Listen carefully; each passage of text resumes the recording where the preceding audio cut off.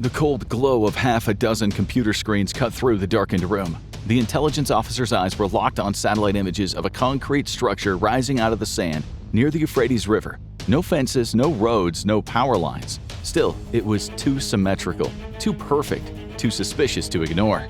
They knew that they had only 24 hours, and the clock had started ticking. Meanwhile, in Damascus, Syrian nuclear engineers worked through the night. Suddenly, all across the facility, systems began to die. Radios buzzed into static. Screens flickered, phones rang once and then went dead. By the time the Syrians realized they were blind, Israeli jets were already slicing through the night sky, ready to strike. Today, we're recounting one of the most insane high-stakes missions you've never heard of: how Israel took down a Syrian nuclear reactor without a single public shot fired, and without leaving a trace. This is the story of Operation Orchard. It all started with a single satellite image in 2004. At first glance, it looked like nothing. Just another grainy overhead shot of a sun-baked desert expanse near Deir ez-Zor, Syria. But one of the analysts at Israel's Unit 9900, the elite division that specialized in satellite intelligence, saw something that didn't sit right. A square outline, too clean, too geometric, a building that hadn't been there before. Most structures in that part of the desert had a reason to exist: farms, oil rigs, remote military outposts. But this one was different. There were no roads leading to it, no civilian infrastructure surrounding it, just sand, shadows, and silence. Mossad, Israel's renowned intelligence agency, began pulling the thread. Over the next few months, it started making other connections. There was an unusual uptick in shipments from North Korea to Syria. Containers labeled agricultural equipment offloaded under heavy security. There were reports of North Korean technicians sighted in Damascus. The chatter was sparse, coded, and buried, but it was unmistakable. Syria and North Korea were building something together, and they were working hard to keep it a secret.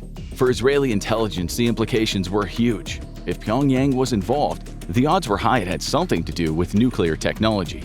The memory of Saddam Hussein's Osirak reactor bombed by Israeli jets in 1981 was still fresh in military circles. That daring raid, codenamed Operation Opera, had sent a clear message not only to Iraq but the entire region.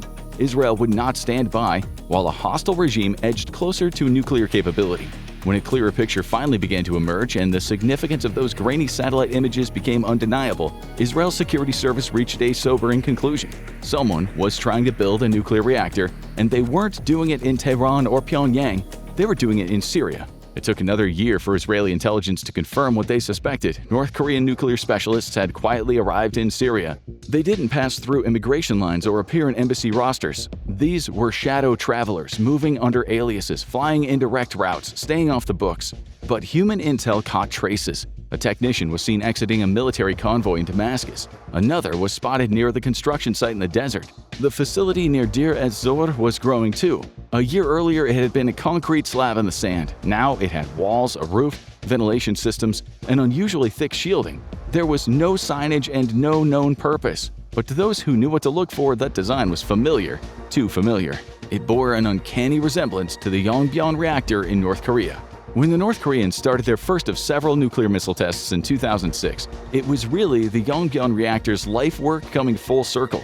Every nuclear blast would soon prove to the world that the Kim regime's fissile hobbies had finally paid off, and the rest of the world was starting to notice. Before those first Korean tests, however, the Israelis were fortunate to see the writing on the wall, in Syria of all places. Israeli analysts did their due diligence, pulling schematics from old archives and re-examining what North Korea had built in the 1990s. They realized the resemblance wasn't just architectural, it was operational. The configuration of the core structure, the absence of electrical grid connectors, the high-security perimeter, all the signs pointed to a graphite-moderated reactor capable of producing weapons-grade plutonium. Worse still, Syria wasn't even bothering to pretend it was peaceful. There were no inspections, no declarations to the IAEA, and no diplomatic cover. This was a secret reactor, and it was moving closer to completion with every passing month.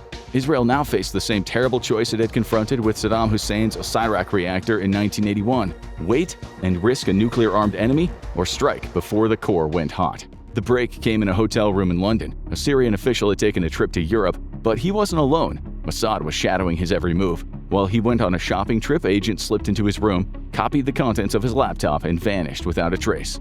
Mossad installed the Trojan Horse program onto his computer, and now every keystroke, every file, every email he touched flowed back to Tel Aviv. Israeli analysts sifted through the stolen data and struck gold. Buried among the files was a photograph. Two men standing together in the Syrian desert, one Arab, one Asian. They weren't just anybody. Israeli facial recognition quickly identified them as Ibrahim Othman, director of the Syrian Atomic Energy Commission, and Chon Chi-bu, a North Korean physicist who worked on North Korea's nuclear program. The digital treasure trove didn't stop there. They had construction plans, technical schematics, and close-up images of pipes used in processing fissile material. There were even satellite coordinates. It was proof that Syria was secretly building a reactor at Al-Kibar designed for one purpose: plutonium production. When Israeli analysts opened the deeper files, they found what they had been waiting for. Dozens of photographs documenting the inside of the Deir el-Zor facility and the unmistakable cylindrical shape of a reactor core, all of it hidden beneath a drab concrete shell in the middle of nowhere. The room of intelligence officers fell silent when the images were placed next to photographs of North Korea's Yongbyon reactor. As suspected, they were nearly identical. Mossad briefed Prime Minister Ehud Olmert. The evidence was conclusive. The site in Syria was a nuclear reactor. It was being built in secret, and it was close to being operational. Prime Minister Ehud Olmert sat in silence as the last photo slid across the table. Around him were a handful of trusted officials, defense chiefs, intelligence heads, and senior advisors. There were no leaks or press. This room didn't officially exist. The geopolitical landscape was far more tangled than it had been during Israel's 1981 strike on Saddam Hussein's regime. The U.S. was bogged down in Iraq after the Second Gulf War. Iran was watching every move with growing interest. Syria hadn't acted yet, but any Israeli strike risked igniting a full-scale war across the region, and the world wasn't eager to applaud a preemptive attack, no matter how justified it might be. Meanwhile, the reactor core was weeks, maybe days, from being loaded with nuclear fuel. Once hot, any strike would risk catastrophic radioactive fallout, both literal and political. The options were laid out. If Israel went down the diplomacy route, Syria would deny everything. The IAEA would take months to investigate, and by then the reactor could be live. Sanctions were pointless. A public warning would force Syria to rush the project underground. Only one option remained: an aerial strike, fast, silent, laced with plausible deniability if executed correctly. Olmert knew the stakes. A botched attack could ignite a war. A successful one could draw global condemnation. But doing nothing guaranteed something worse: a nuclear Syria, backed by Iran and protected by ambiguity. The decision wasn't debated in Israel's Knesset. It was made behind closed doors, in the company of generals. Israel would strike, but this time the doctrine was clear: invisible hands, invisible war. If the operation succeeded, the world would wake up to an empty crater and questions no one would answer.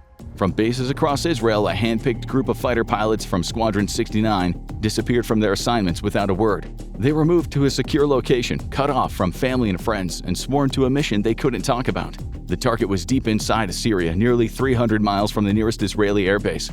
Getting there meant skimming the desert floor at treetop level, evading an array of Soviet-built air defenses, and crossing one of the world's most hostile airspaces undetected. It wasn't just a daring mission, it was threading a needle through a minefield, in the dark. Fortunately, Squadron 69 had done it before, almost 25 years earlier, in the famous surgical strike against Saddam Hussein's nuclear reactor facility. Start to finish, the entire mission had taken just under 3 hours. It was clinical, to say the least. The reactor in Syria wouldn't be a walk in the park, and the Israeli planners knew it.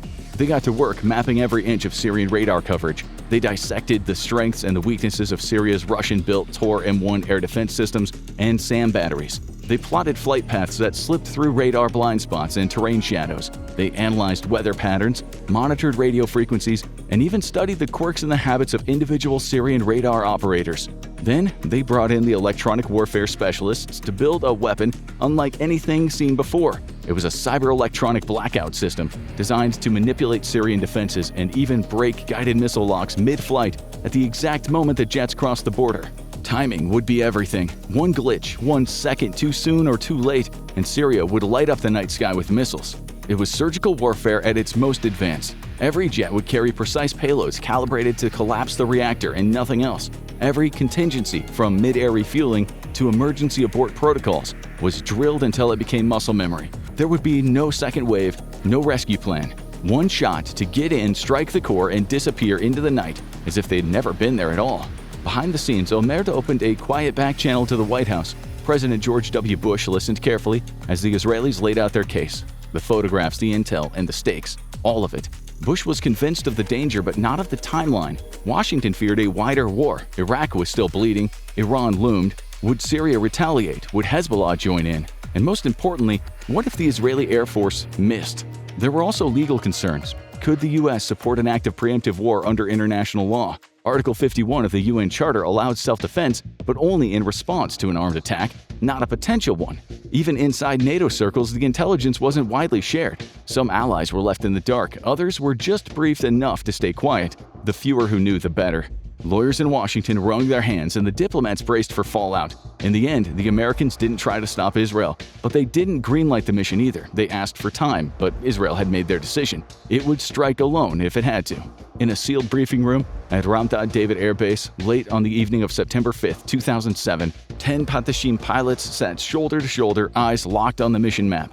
The briefer described their target in detail, a rectangular building in the desert, the coordinates burned into their minds. The Hammer Squadron reviewed the ingress route. Over the Mediterranean, dogleg turn through Turkish airspace, and then a hard push east into Syria. Specialized electronic warfare pods were attached to the underside of a few of the aircraft. The system had been tested but never used in real combat. It didn't just jam Syrian radar, it infiltrated it. It took control and it fed it false images. An intelligence report came in. There had been no change in Syria's air defense posture. The reactor, analysts warned, was on the cusp of going operational. If they waited any longer, it would complicate everything. The pilots suited up, cockpit systems blinked to life, engine spooled with a rising whine. The runway lights stayed dark. Only a green go light inside the hangar signaled what was about to begin. At precisely 11:59 p.m., the first of two waves lifted into the sky. 8 F-15s and F-16s taking off 20 seconds apart, each armed with 500-pound AGM-65 bombs. They banked into formation over the Mediterranean and set off at nearly 600 miles per hour into the black night, hugging the sea at low altitude. As the jets approached the Syrian border, the electronic warfare pods powered up. What happened next is still classified, but Israeli sources later described it as a kind of digital hypnosis. Syrian radar screens went blank, or rather, they just showed nothing unusual, just empty sky or harmless echoes bouncing from elsewhere. The jets were invisible. The Israelis crossed into enemy territory with total silence. Deep in an Israeli command bunker known colloquially as the Pit, technicians monitored the fighter bombers en route to northern Syria. Like clockwork, 3 F-15s earmarked as reserves bank sharply and peel away, returning home under orders. The remaining 7 were ghosts, flying straight toward the heart of Syria via the Syrian-Turkish border. Incredibly, it was only at this point, deep over hostile territory, that their foray into heavily defended Syrian airspace was actually a live mission. As they slipped into northern Syria, the Israelis unleashed an ace up their sleeve. Using electronic codes, allegedly acquired from Russian sources, they flooded the Syrian radar screens with a phantom swarm of hundreds of enemy aircraft. Then just as quickly, the screens went blank. To the Syrian operators, it looked like nothing more than a brief technical hiccup. Everything appeared normal. No alarms were raised and no fighters were scrambled. The Syrians suspected nothing. At 12:40 a.m. on September 6, the flight leader's voice crackled in. Tally target. The coordinates for their target appear on their flight computers. Through their HUDs, the pilots saw it, the same drab rectangular box they'd studied for months. There were no guards, no lights, just a darkened monolith standing in the sand. Target locks were confirmed and coordinates triple-checked. Then, at the moment when pilots were most vulnerable, concentrating everything on their target, the order came. Weapons free. Precision-guided bombs screamed downwards, each rigged with bunker-busting warheads. The first strike punched through the roof. The second ignited a chain of secondary explosions. Fire erupted skyward, a molten plume silhouetting the desert. A blast tore through the reactor chamber, vaporizing what remained of Syria's secret nuclear project. The code word relayed back to the Israeli command center, the Pit, was simple and cold. Arizona. Mission accomplished.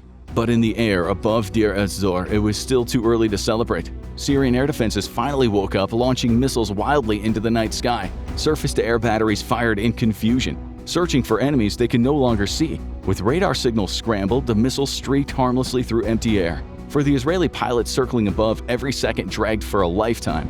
They scanned for the telltale flare of a SAM launch or a sudden silhouette of a MiG fighter rising to intercept, but nothing found them. The attack was over in less than 4 minutes. By the time the Syrians realized what had happened, the sky was already empty. Mission Control gave the signal, RTB, clean exit. One by one, the jets peeled off and banked west. They flew the same path home, low, fast, quiet, and much lighter. By the time the Syrian intelligence realized something had happened, the attackers were long gone. In Tel Aviv, the first coded transmission confirmed success. Olmert's war cabinet received word in the early hours the reactor was destroyed. There had been no Israeli casualties or radar contact, and more importantly, no international incident. Yet, the crater still smoked in the desert and no one was taking credit. The sun rose over Deir ez-Zor, casting long shadows over a smoldering pit in the desert, where a nuclear reactor had stood hours earlier. There was now only twisted steel, scorched concrete, and silence. In Jerusalem, Israeli officials imposed a total blackout. There were to be no press briefings, no off-the-record whispers. Even among senior military staff, details were tightly compartmentalized. The phrase Operation Orchard wasn't spoken aloud, it barely existed. In Damascus, confusion reigned. The Assad regime rushed to contain the situation, but the cover story kept shifting. First, it was an empty warehouse, then a missile depot, and then it was nothing at all. Satellite images told a different story. Bulldozers moved in fast and debris was cleared with eerie speed. What remained was buried, paved over, and sealed in concrete. International intelligence agencies watched, puzzled, and the whispers started to spread. Had Israel struck again? And if so, why wasn't Syria responding? Why wasn't Israel taking credit? It was a strike so clean, so quiet, it left behind no evidence, just questions. As speculation swirled, Syria stalled. International pressure mounted to allow IAEA inspectors onto the site, but Damascus delayed. There was just enough microscopic uranium particles to confirm the site was not a missile depot or a warehouse or agricultural infrastructure. It had been a nuclear facility and it had been destroyed before it could ever go online. The IAEA issued quiet rebukes, but there was no follow-up. Meanwhile, North Korea denied involvement, its technicians vanished from Syria, and future collaborations never resumed. In the week that followed, the American news network CNN started to report on the raid. However, Israel refused to confirm the operation. For over 10 years, Israel maintained the fiction. Operation Orchard became a ghost story in strategic circles, a case study in silence. Then, in March 2018, the veil dropped.